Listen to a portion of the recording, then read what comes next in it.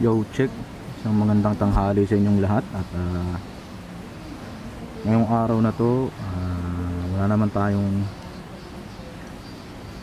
mahalagang gagawin. Wala tayong deliver ngayon. So ngayon guys, may ituturo lang ulit ako sa inyo sa mga basic para sa mga bagong sumusuporta sa akin. Magkaroon ng bagong latest update sa akin sa paggawa ko ng panggilid. Ito, tulad na ito, kita nyo naman. Tapos yung mga ginagawa ko, puro ko deliver. Baka magtampo tong motor natin, tapos umuulan pa, putik. Kaya mahalagang linisin din natin yung loob, yung panggilid. Ito lang mga pinakadalasan nililinis sa motor panggilid, tapos tune up, spark plug, at air filter, tapos ang langis. Mahalaga langis. Sa susunod na araw magpapalit na rin ng langis. Sinusulit ko lang, baka 1,200 ako magpalit kasi tapos din tayo sa pera ngayon. Dahil nga gawa ng matumal. Pero magwa 1,000 pa lang po ang motor natin. Pipilitin ko hanggang 1,200 lang, di tayo susobra dun dahil maintenance kailangan tayo. Ngayon sa mga nagchat-chat sa akin sa Facebook page ko, hindi ko kayong masagot dahil may mga ginagawa rin tayo. Tapos may nagchat sa akin, may tumawag sa akin. Ako pala tumawag, may subscriber pala ako. Ang pangalan ay, teka lang, hanapin ko sa cellphone. Si Randel Alonso, ayan o. Tinawagan ko siya dahil may problema daw yung motor niya, kung saan na daw sila pumupunta ng tatay niya. Kasi yung tatay niya blind daw, bali PWD, bulag yung mga mata. Nakakaawa dahil pilit niyang gustong magawa yung motor niya, 'di ba? Sayang kung nakakita man siya sa napapanood itong video ko, baka siya na mismo gumawa. So ngayon, bali sir, siguro pasensya na po dahil hindi ko po talaga kayo mapupuntahan dahil taga Cavite. Malayong malayo po ako sir. Lalo ngayong pandemic, nakakarinig siya ng ingay sa kalansing daw, pero wala naman daw dragging. Malakas daw vibration, may kalansing, may maingay daw sa motor niya. Ang sabi ko, step by step, i-check mo yung panggilid. Pagka okay naman yung panggilid, wala dun yung problema, wala dun yung ingay, lumipat ka sa tensioner guide sa kabila. Pag chinek mo yung tensioner guide mo, okay naman, lumipat ka dito sa unahan. Yung valve clearance, tune up, yung cams, yung bearing, pwedeng natuyuan ka ng langis, kumatok ng makina, sira yung block. Pero ang sabi niya, alaga naman daw sa langis dahil napapanood yung video ko. Siguro at mahirap kasi mag-suggest, magbigay ng, di ba, magbigay lalo sa video ko lang napapanood, medyo mahirap. So ngayon, bali sabi ko sa kanya, lumipat ka na lang ng ibang mekaniko na pagkakatiwalaan para walang problema. So ngayon guys, bali simulan ko na yung pagbabaklas natin. Hindi ko na papakita, papakita ko sa inyo pero papas forward ko na lang dahil nakakaurat. Okay.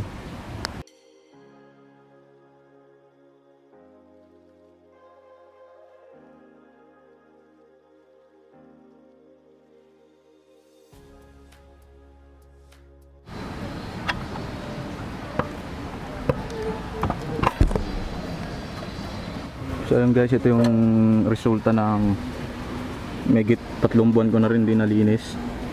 Ito malinis pa naman. Kaya mas magalagang every 3 to 6 months na papacheck nyo yung panggilid nyo, nalilinis nyo. Tulad nyan, punos lang yan, may mga grasa pa sa loob no? Okay, malinis ito, bubuhusan lang natin langis yan kasi naglolo ko hindi bumabalik yung yung kickstart. Basic lang yan, basic lang yan. Yan, labag muna natin.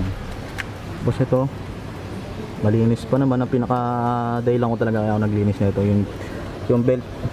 Titignan ko kung palitin na. Kasi medyo bugbog na rin ito, nasa 20,000 odo na tinatakbo na ito Medyo maluwag na, pero kung tatapikin mo sa ilalim, hindi pa naman siya masyadong malog. May persya pa Pero dapat palitan na yan. Sa pagpapalit po ng belt, every 20,000 odo palit na kayo. Ngayon check natin to. Pati to, may makikita kayong mga malilit na alikabok dyan. Isa sa mga dahilan nyo kung bakit nagkakaroon ng dragging, sliding. Ito nga pala sa Facebook page, may nagtatanong, may allowance daw ba yan? Tulad niya, no? Hindi gumagalaw yung gulong sa likod, pero ito gumagalaw nyo. Kita nyo? Oh, may allowance. Sabi nila, wala daw dapat allowance yan. Hindi daw dapat, kailangan pagka konting galaw na ito, gumagalaw din daw yung gulong. May konting allowance po yung tatandaan nyo po, may konti, no? Hindi gumagalaw yung gulong pero nagagalaw ko yung bell. Pero malit na yung allowance yun. Kasi hindi pwedeng nakapix yan.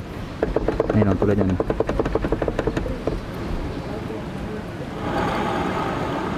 Okay, tatanggalin na natin. Unahin muna natin yung pulley. Sa pagtanggal ng pulley, 17mm po ang sukat na itong ano, itong nut. Tapos kailangan natin ng white tools.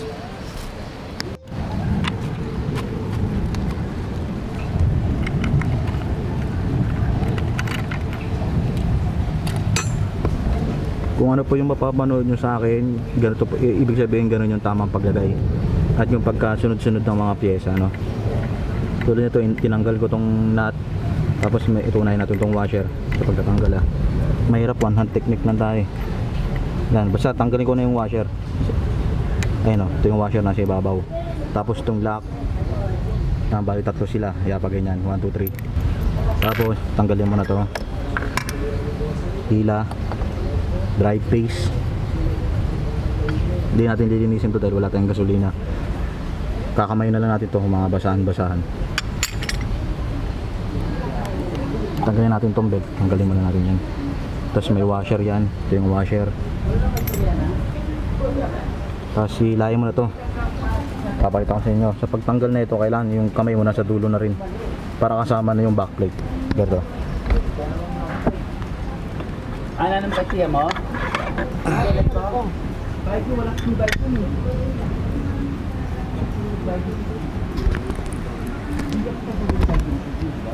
Diba? Kasama yung backplate. Ngayon, ito yung bushing, yung mismong pulley. Ay, medyo marumi na. Yung mga bola. Sa ganitong sitwasyon ng backplate, okay pa yan, wala pang kanto. Pero may markings, natural lang yan dahil dyan dumadaan yung bola. Tapos ito medyo maluwag na.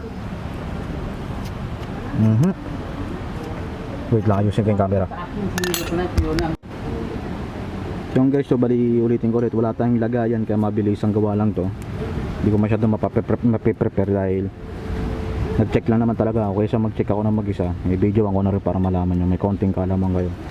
So ito ang backplate, slider piece kung tawagin, pero tawag ko dito clip. Pero isa lang yun, sabihin nyo lang clip sa pang backplate. Sa sitwasyon na ito, medyo para sa akin okay pa naman to dahil mekaniko naman ako. Pero kung para sa inyo, kung magpapalabor kayo, syempre papapalitan ko na to sa inyo, mga ganitong sitwasyon. Ito, pero sa akin okay pa naman to. Basta pagka malalaman nyo, pagka normal pa naman yan, pag sinuksok nyo to, medyo may diin pa, may puwersa pa, tulad na ito. May diin pa, hindi yung pagkabit mo ganoon na lang agad. Tapos pag pinitik mo yan, dapat natatanggal yan. Hindi, kahit bugbugin ko to eh. Hindi pa naman natatanggal, diba? Ibig sabihin good pa yan. Ito, malabong masira tong backplate. Siguro na masisira na lang to pagka yung bola nyo hindi nyo napalitan. Kaya magandang every 3 to 6 months napapacheck nyo yung motor nyo, panggilid nyo. Ito okay pa to, linisin ko lang to pero di ko napapakita sa inyo. Parang lang kayo naglilinis ng helmet, ganun, punas-punas lang. Tapos ito at okay pa naman to, wala naman makikita ang problema sa ganitong pulley. Siguro pagka alam mo yung pinag-i-slide na ng bola tulad na ito. Tapos may mga damage na, para may mga uka-uka na. Tandaan nyo, ito lang titingnan nyo sa pulley, yung daanan ng bola. Pag may nakikita na kayo parang may mga kanto-kanto na, may mga uka-uka na dahil napabayaan yung i-maintenance yung bola ninyo, matik yan, palitan nyo na yan. Sa sitwasyon na ganito, kung ganito rin itsura na sa inyo, wala kasing zoom tong camera ko eh, walang focus, mga ganyan sitwasyon, ibig sabihin okay pa yan. Ito okay pa to. Pagka wala pang mga hams, kasi makikita mo yan dyan, pag ginanyan mo yan, may mga talon-talon na, ibig sabihin may hams, palitin na yun. So sa sitwasyon na ito, okay pa to. Wala pang problema rito. Linisin na lang to.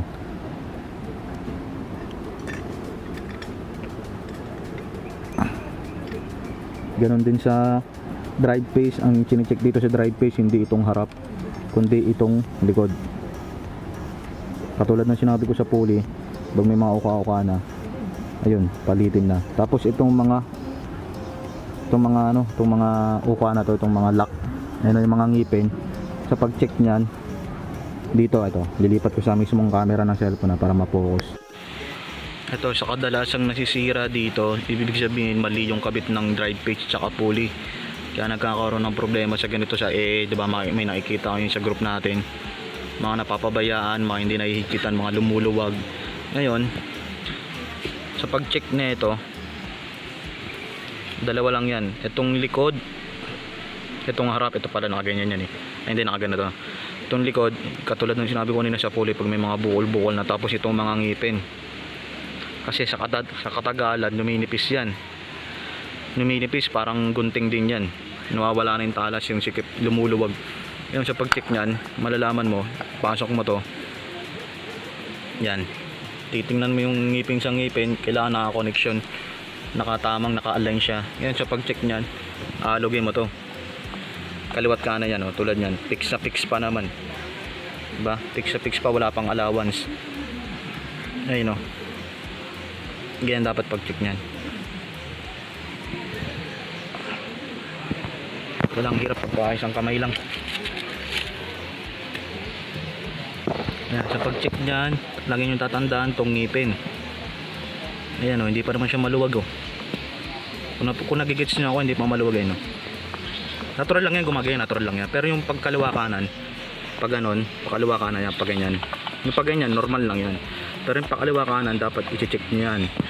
Ayan ang mga problema ng drive face. Ayan, oh, medyo palitin na rin talaga to. Palitin na rin, okay, oh, palag pa na, ay, hindi na okay. Okay pa naman. Nabubulol ako. Sa sitwasyon na ito, para sa akin ha, sa opinion ko, okay pa naman. Pero kung i-offer ko sa inyo, syempre, papapalitan ko na sa inyo yan. Dahil isa rin sa mga dahilan yan kaya nasisira yung ehe. Ito. Yan. Nawawala na yung yung mga ngipin nito. Kumbaga kasi pagka bagong-bago yan, matataba pa yung mga ngipin yan. Sa sobrang gamit nito, ilang taon na yung motor ko, numinipis na yung mga ngipin. Yan, yung mga ngipin. Kaya pag sinalpak mo yan dito, medyo maluwag na. Pero sa akin, hindi pa naman sobrang luwag. Okay pa naman. Kaya pansamantagal pa ulit ito, magagamit pa ito kahit mga 1 taon. Yan, lilinisin ko lang dahil nakita nyo ng mga likabok. Okay. Tapos ito, wag nang kakalimutan nyo, may washer to. Dalawa yung washer nya. Isa yung washer sa likod na itong pulley, isa yung washer sa drive face. Sa drive face, mamaya papakita ko sa inyo kung paano ikabit. Ngayon, linisin ko muna to para pagtapos kong linisin to, dito na tayo sa bell. Okay. So yun guys, bali nakita nyo, nalinis ko na. Bali binasa ko lang yan, sabon-sabon, brush, okay na. Tapos ito, yung mga yaman siya na lang yan. Hindi ito nga tatanggal yan. Ang malagay dyan, itong pinag-i-slide ng bola, malinis. Pero lahat na syempre kailangan linisin nyo rin. Tulad niya, malinis na. Oh, good for 3 to 6 months na naman ulit yan, di ba? Basic. Dito na tayo sa pagtanggal ng bell. Okay, bali natanggalan natin ang sukat na ito, 24mm. Kung paano nyo napanood yung pagtanggal ko rito sa video, ganun lang din. Ito 24mm yan. Ito yung clutch bell. Ito yung sitwasyon ng clutch bell, medyo may kulay violet ibig sabihin na overuse, nagamit ng sobrang init. Pag nagtatitain yung ibig sabihin napapainit ng sobrang sa init sa gamit sa paghataw. Oh, may mga dumi yan, lilihain natin yan. Hindi natin lilihain natin katulad ng lilihain. Ibig sabihin yung liha ito gamit tong daliri ko. Yan, diba? Okay. Yung mga pinagupuran ng lining yan. Halo-halo, lining, yung mga alikabok, dyan na napupunta. Sumisiksik yan. Ito yung lining natin, mamaya papakita ko sa inyo. Bali ito, linis lang to, walang gagawin dito, linis lang to. Kuha lang ng basahan. Ito. Kakami mo na. Walang pwedeng gawin dito, hindi na. Walang gagawin dito sa sakbil. Bali sa paglilinis po, ganito lang. Malalaman nyo pagka bengkong na yung bell nyo, sunog na yan. Matik na yun. Sobrang init na yun. Yung sa sobrang init ng bakal, medyo nagdi-disalign niya, medyo depende kung anong trip yung mangyayari sa kanya. Kung paano position yung pagkalambot, yan, nagkakaroon ng bengkong yung bell. Pero malabong mangyari po yun. Depende na lang pagka nire-rev nyo ng naka-center stand tulad nyan, tapos i-rev nyo na sobrang bilis, pwedeng mabengkong yung bell nyo. Sa condition na itong clutch bell ko, okay pa. Ganda ng pagka ng lining sa bell, sa pagkapit ang kintab. Ibig sabihin talagang lapat na lapat yung lining. Okay, bali dito na tayo sa pinaka lining na.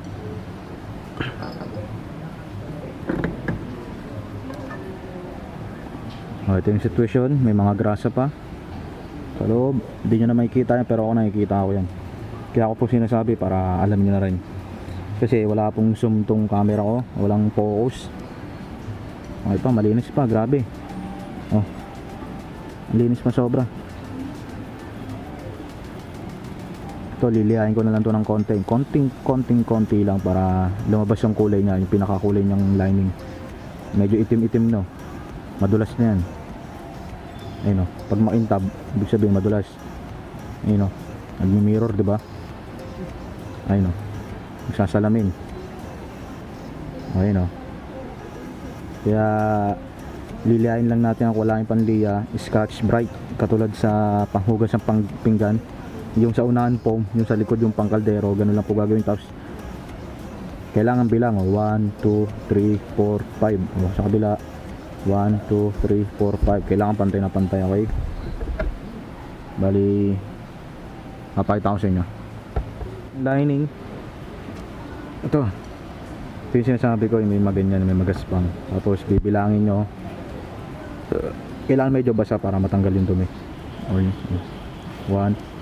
2, 3, 4, 5, 6, 7, 8, 9, 10.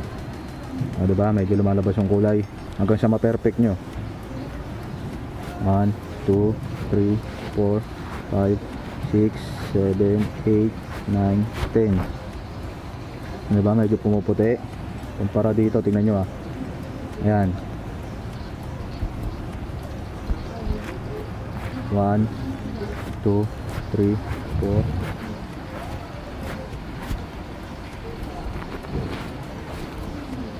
Diba? Ganun lang kadali. Puspunas. Diba? Hanggang sa ma-perfect ninyo.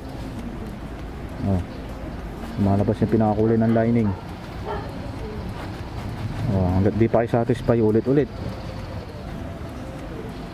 Ayan, okay na yan. Ganyan lang. Mapalabas lang yung kulay, matanggal lang yung dulas.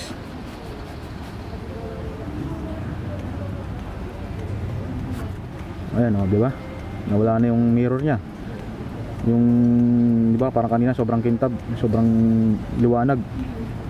Parang nananlamin, ayan, okay na yan. Smooth na naman yan pag nilagay sa clutch bell pag pinandar. So yung guys, tulad na ito, yan, nalinis ko na. Perfect na. Ayan yung lining natin. Kumpara kanina. Ganun lang po, kung ano po yung napanood nyo sa akin, ganun lang po yung gagawin ninyo. Para wala po tayong problema.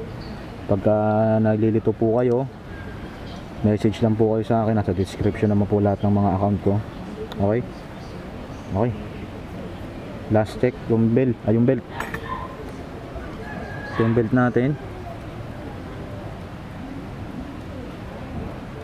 Sa pag-check na ito, babaligtarin mo syempre. Oops, lobat na yung camera natin. Okay, bapalit muna po tayo ng battery. So ngayon guys, kapagpalit na ako ng battery, tuloy lang tayo. So pag check na itong bell, syempre babaligtarin yan, yan, pag ganyan. Pag may mga nakikita na kayo mga guhit-guhit tulad na ito, ayan, oh. Hindi kasi masum yung camera, hindi kasi mapokus eh. Tulad na ito, may mga lamat-lamat na, may mga sinyalis na dapat nang palitan. Yun, no? Yun. Pero matik na kahit di napopokus yan, alam nyo na yun. Yan ang po pag-check ng belt. Pag sobrang dami ng lamat, palitin na po, ayun, oh. Nako po. Pero sa sitwasyon na ito, gaya nga ng sinasabi ko, kumpara sa akin, kaya ko yan, tansya ko yan, pansamantagal pa to. Pero kung i-offer ko to sa inyo, mga ganitong sitwasyon katulad ng akin, palitan nyo na po para wala po kayong aberya, dahil mahirap na kung bumibiyahe kayo madaling araw, gabi, umaga, nasa liblib na lugar, nagkaroon ng problema na kung wala pong re-rescue sa atin. So, mas magandang palitan nyo na po. Okay, ganun lang po kadali yan. Ngayon kakabit na po natin sunod-sunod. Okay, lipat natin camera. Yan. Pagkabit na ito, ganun lang ulit. Salpak. Yan. Mas paikot, oh, diba? Para maangas tignan. Tapos yung clutch bell. Yun. Tapos itong nut.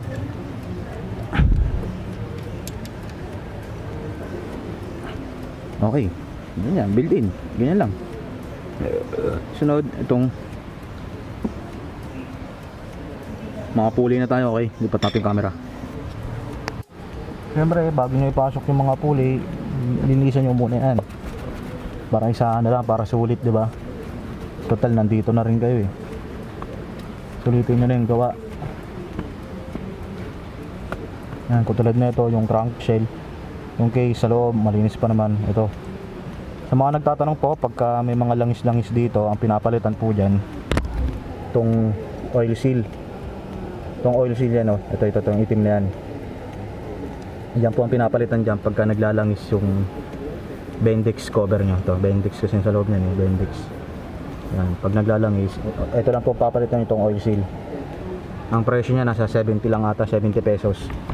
Sabihin nyo lang pang M3 o kaya pang Mio Soleil 125, isa lang yan. Ito yung sinasabi ko na washer. Yung malaking washer nasa dulo. Ito, yung malaki. Pak, salpak. Yan, lagay lang natin. Yan, kahit anong lagay yan dahil straight 12 naman yan eh.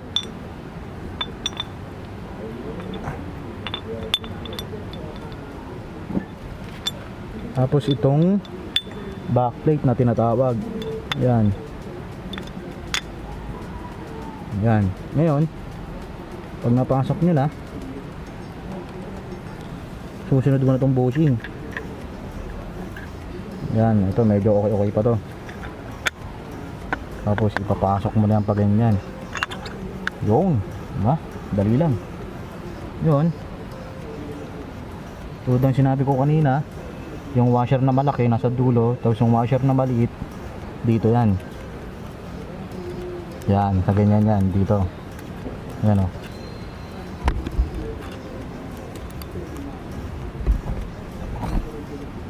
Ngayon, sunod, unahin muna natin tong belt. Sa pagkabit ng belt, nasa nung arrow, itong arrow. Pag ganun din, yan, pag ganyan ang tutok, wag pa ganito ha. Yung arrow, wag pa ganyan. Lalong lalo wag pabaligtad, syempre. Pag ganyan, una siya yung arrow, yan, pag ganun.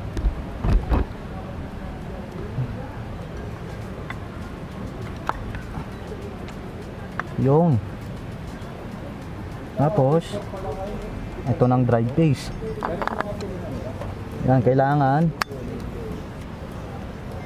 pag ikakabit nyo yung drive phase, nakasentro sa mga ngipin sa ngipin para hindi magkaroon ng problema yung ehe nyo, hindi makayod. Yan.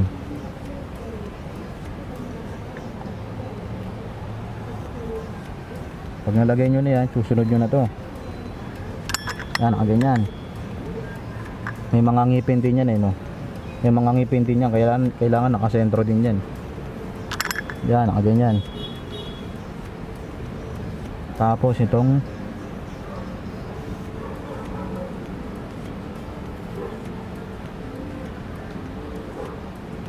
Kung washer. Ang ganyan. Sunod itong nut.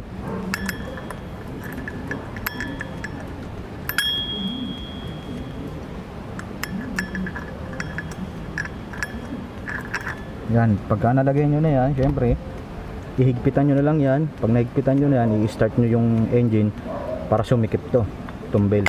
Mamaya papakita ko sa inyo, bali higpitan ko muna.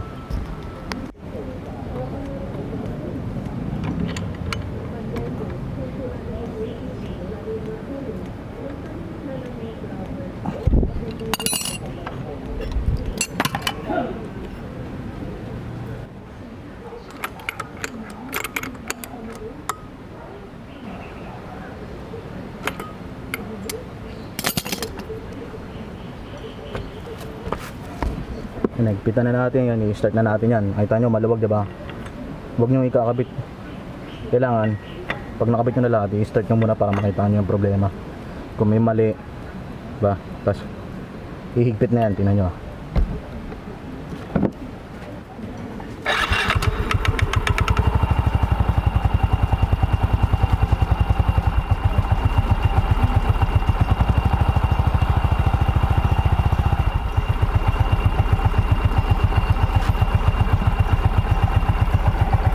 Kung mapapansin nyo, okay na okay yung ba? Yung bell natin ay yung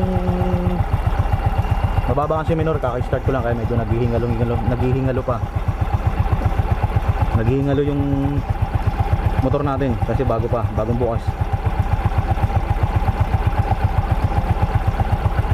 Yan, smooth. Walang ingay, di ba? Tulad nga ng sinabi ko sa inyo, yung belt natin palitin na kaya medyo matagtag na. Pero pag bago yung belt natin yan, strict yan. Pero wala pong problema dyan dahil ako po yung gumagawa ng motor eh. Motor ko po yan, sarili ko pong motor. Wala pong nararamdaman problema sa motor ko. Walang dragging, lahat wala. Parang bagong bago palagi. Okay? Tahimik, smooth. Ngayon, kakabit na natin yung crankcase. Okay, ngayon hindi ko napapakita yung video na to sa pagkabit dahil madali lang naman yan. Yun lamang po. Every 3 to 6 months pa-check po ninyo yung panggilid nyo para alagang-alaga, wala pong makikita ang problema. Lalo pagka bibiyahe kayo, di kayo matatakot na mangangamba baka may bumigay yung ganito, diba? Tulad ko, hindi ako natatakot na bumiyahe dahil tulad nito, na-check ko na. Ngayon, pagka may mangyari man lang, ang pagbabasihan ko lang is yung belt, gaya ng sinabi ko kanina, diba? Eh may dala akong extra belt palagi dito sa motor natin, tsaka tools kung sakaling pare sa Zamboanga sa Zamboanga, diba? Taga Manila ako, tapos sa Zamboanga ako maputol yung belt ko, diba? Ako na lang mismo gagawa, diba? Peace, maraming salamat po. Yun lamang po, sana may tutunan ko yung video sa akin kung paano, at least may idea kayo kung paano binabaklas yung panggilid, diba? Maraming salamat po.